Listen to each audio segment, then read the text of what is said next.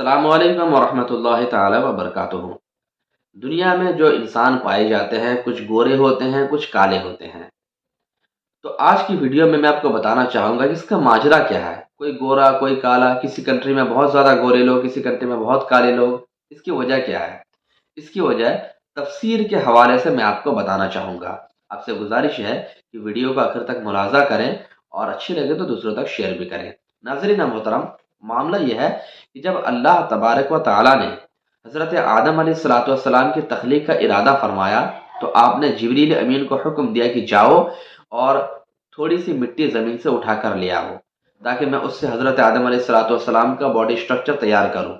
جب حضرت جبریل امین مٹی لینے کے لیے آئے تو زمین رو رو کر عرض کرنے لگی کہ اے اللہ کے معصوم فرشتے، میرے سینے سے مٹی نہ لو، کیونکہ ایک دن یہی مٹی انسان کی شکل میں بنے گی، پھر وہ گناہ کرے گی، اور پھر وہ انسان گناہ کرے گا تو جہنم میں اس کو جلایا جائے گا، تو اس مٹی کو جہنم میں جلایا جائے گا، آپ میرے سینے سے مٹی نہ لے۔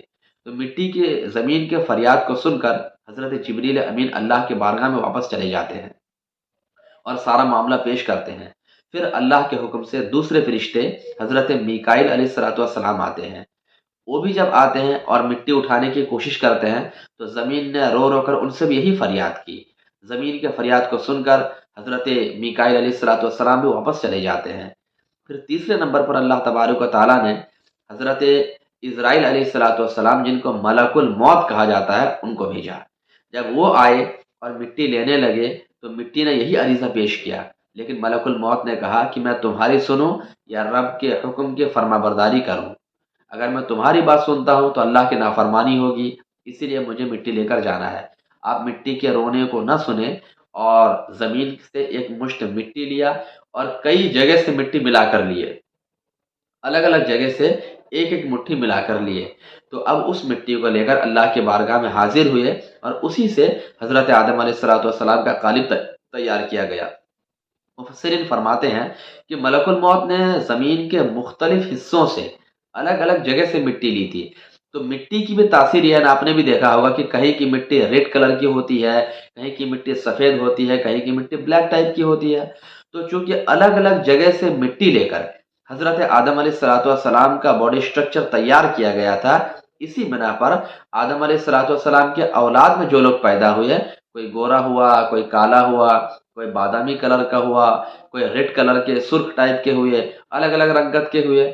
یہی وجہ ہے کہ ان کی اصل میں، ان کی خمیر میں الگ الگ جگہ کی مٹی ملائی گئی تھی۔ اسی بنا پر انسانوں میں بھی کوئی گورا، کوئی کالا اور کوئی الگ الگ رنگت کا ہوا کرتا ہے۔ یہاں پر ایک اور چیز آپ کو بتاؤں کہ جب زمین کے رونے کے باوجود بھی حضرت اسرائیل علیہ الصلوۃ والسلام مٹی اٹھا کر لے کر چلے گئے تو ان کی سختی کو دیکھتے ہوئے اللہ تبارک و تعالیٰ نے انہی کے ذمہ یہ کام سپرد کیا کہ جب تم اتنے سخت ہو تو انسانوں کی روح قبض کرنے کی ذمہ داری بھی تمہارے حوالے رہی۔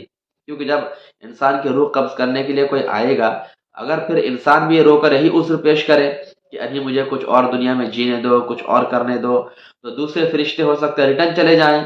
لیکن ان کی سختی کو دیکھتے ہوئے اللہ تبارک و تعالیٰ نے انہی کو یہ ڈیوٹی سپرد کر دی کہ انسان کی روح قبض کرنے کی ذمہ داری بھی آپ کے حوالے رہی۔ اسی بنا پر آپ کو ملک الموت بھی کہا جاتا ہے، یعنی موت کا فرشتہ۔ اسی وجہ سے آپ لوگوں کی روح قبض کرنے پر مامور ہیں۔ تو یہ دو اہم باتیں آپ کے روبرو میں نے پیش کی۔ امید کرتا ہوں کہ آپ کو بات سمجھ میں آئی ہوگی۔ ویڈیو اچھی لگے دوسروں تک شیئر کریں اور ان باتوں کو سیکھ کر دوسروں کو سکھانے کی بھی کوشش کریں۔ جزاک اللہ خیرہ۔ السلام علیکم ورحمۃ اللہ تعالی وبرکاتہ۔